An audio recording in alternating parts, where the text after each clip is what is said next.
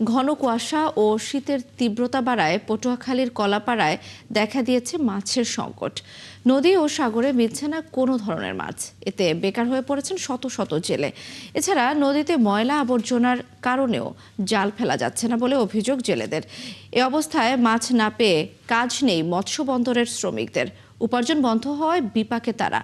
মিলন কর্মকার রাজুর তথ্য, ছবিতে রিপোর্ট। ইলিশের অভয়াশ্রম আন্ধারমানিক নদী সহ কলাপাড়া উপজেলার রাবনাবাদ, টিয়াখালী ও খাপড়াভাঙ্গা নদীতে মাছ ধরার কাজে নিয়োজিত আছেন অন্তত 10,000 জেলে। এছাড়া কুয়াকাটা সংলগ্ন গভীর বঙ্গোপসাগরে অন্তত 40,000 জেলে মাছ শিকার করেন। তীব্র শীত ও কুয়াশায় এসব নদী থেকে মাছ পাচ্ছেন না জেলেরা। এতে বিপাকে পড়েছেন তারা। আগে মাছ পাইছে, ধান চাউলের নান টাল দেশে, এখন তো এই মাছ নাই। প্রজেক্ট হওয়ার পর এখন টোটালে নদীতে কোনো মাছ পাওয়া যায় না। বছরের মাথা দিয়ে এখন ঋণ হওয়া লাগে। বড় সাগর ছাড়া কোনো আমাকে ছোট নদীতে কোনো মাছ ধরার কোনো কায়দা নেই। জেলেদের আরও অভিযোগ, আন্ধারমানিক ও খাপড়াভাঙ্গা নদীতে জাল আটকা পড়ছে ময়লা আবর্জনায়। আর খরস্রোতা রাবনাবাদ নদীতে বিদ্যুৎ কেন্দ্রের গরম পানি আসা এবং 24 ঘন্টা জাহাজ চলাচল করায় জাল ফেলা যাচ্ছে না। তাপবিদ্যুতের যে বর্জ্যটা ওরা নদীতে ফেলছে, ওই বর্জ্যটার কারণে মাছ এদিকে আর আসছে না। যে জাহাজ কয়লা নিয়ে আসে যায়, যার ফলে জাল্লাগো অনেক কষ্ট হয়, জাল কাটতে নিয়ে যায়। আগে তো এরকম জাহাজ ছিল না, দুই একটা লঞ্চ স্টিমার এইগুলো আসতো, আর এখন জাহাজের বাইরে কোনো জেলেরা খেওয়াইতে পারতেছে না। কলাপাড়ায় গত অর্থ বছরে প্রায় 33,000 মেট্রিক টন ইলিশ আহরণ হয়েছে। এছাড়া সামুদ্রিক ও অন্য প্রজাতির মাছ আমদানি হয়েছে এর 3 গুণ।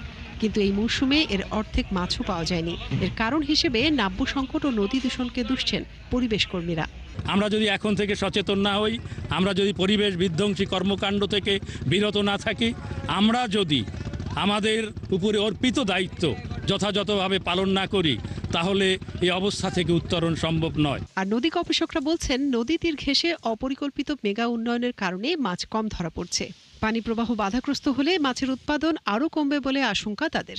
আগে যেখানে একটা জেলে 25-30 কেজি মাছ পেত, এখানে 2-3-4টা মাছও একটা জেলে এক বেলা পায়। সেটা দিয়ে তাদের সংসার চালানোটা খুব কষ্টসাধ্য হচ্ছে। নদীতে মাছ না পাওয়ায় কলাপাড়ার 2টি মৎস্য বন্দর সহ অর্ধশত বাজারে এখন বিক্রি হচ্ছে চাষের মাছ। আর সামুদ্রিক যেসব মাছ পাওয়া যাচ্ছে তার দামও চড়া। মনিরা কাজুরি, 71। দর্শক, কলাপাড়ায় মৎস্য বন্দর ও বাজারে দেখা দিয়েছে মাছের সংকট। এ নিয়ে বিস্তারিত জানাতে সরাসরি যুক্ত হচ্ছেন সহকর্মী মিলন কর্মকার রাজু। রাজু, কি বলছেন জেলেরা? ঘন কুয়াশা ও শীতের তীব্রতায় মাছ না পেয়ে উপার্জন বন্ধ হওয়ায় মৎস্য বন্দরের শ্রমিকদের সংসার চলছে কিভাবে? বিস্তারিত জানাবেন। ধন্যবাদ আপনাকে। আমি রয়েছি এখন এই মুহূর্তে আন্ধারমানিক নদীর তীরে। আপনি জানেন যে আমার এই যে পিছনের যে নদীটি, এটি হচ্ছে ইলিশের অভয়াশ্রম। এক সময় যে এই নদীতে কিন্তু প্রচুর ইলিশ ধরা পড়তো, কিন্তু গত এক যুগেও এই নদীতে ঠিক কত মন ইলিশ পড়েছে তার কোনো সঠিক পরিসংখ্যান নেই। তবে ইলিশের অভয়াশ্রম এটা শুধুমাত্র এখন নামই রয়েছে, বাস্তবে কিন্তু আসলে এখানে মাছ শিকার হয় না। এবং এই নদীর ঠিক অপর মোহনায় রয়েছে রাবনাবাদ নদী, টিয়াখালী নদী এবং খাপড়াভাঙ্গা নদী।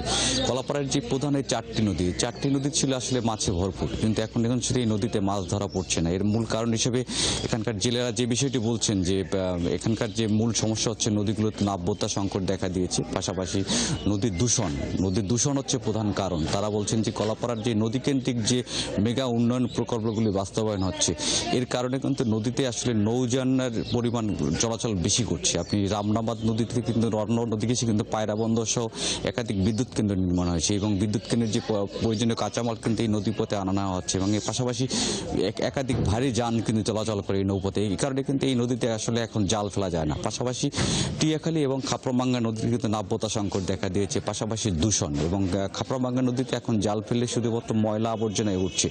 এই কারণে যে নদীর যে মাছগুলো সেগুলো ধরা পড়ছে না। আর গভীর এই যে প্রচণ্ড ঠান্ডা এবং ঘন কুয়াশার কারণে কিন্তু গভীর সমুদ্রে যে জেলেরা মাছ শিকারে যাবে সেই বিশেষ পাচ্ছে না। জেলেরা বলছেন যে 2-3 কিলোমিটার যাওয়ার পরে কিন্তু আসলে ঘন কুয়াশায় ঢেকে যাচ্ছে সাগরের বিভিন্ন এলাকাতে। এখানে তারা জাল ফেলতে পারছেন না এবং সঠিকভাবে দিক নির্দেশনা না পাওয়ায় কিন্তু তারা কিন্তু আসলে জাল ফেলে আবার সঠিক পথে যে আসবেন সেটা পাচ্ছেন না। এখানে কিন্তু জেলার ম্যাক্সিমাম সময় কিন্তু ঘাটে নগণ করে রাখছে। কলাপাড়া, আলিপুর, মহিপুর মৎস্য বন্দরে আমরা যে বিষয়টি দেখেছি যে গত এক সপ্তাহে কিন্তু সামুদ্রিক যে মাছের পরিমাণ কম, কিছু চিংড়ি, লইট্টা সহ বিভিন্ন মাছ ধরা পড়েছে। তবে ইলিশ সহ যে অন্যান্য সামুদ্রিক বড় প্রজাতির মাছগুলো সেগুলোকে ধরা পড়ছে না। এখানকার যে বাজারের ব্যবসায়ীরা আমাদের যে বিষয়টা বলছেন যে এই সময়টা কিন্তু প্রচুর ইলিশের আমদানি হতো, কিন্তু এই এখন যে ঘন কুয়াশা হঠাৎ করে প্রচণ্ড ঠান্ডার কারণে কিন্তু কলাপাড়ার যে বাজারগুলোতে ইলিশের কেজি কিন্তু 2500 থেকে 3000 টাকা কেজিতে বিক্রি হচ্ছে এবং অন্যান্য মাছের দামও কিন্তু 300 থেকে 500 টাকা এবং 700 টাকা কেজি দরে বিক্রি হচ্ছে। এই কারণে কেজি তারা বলছেন যে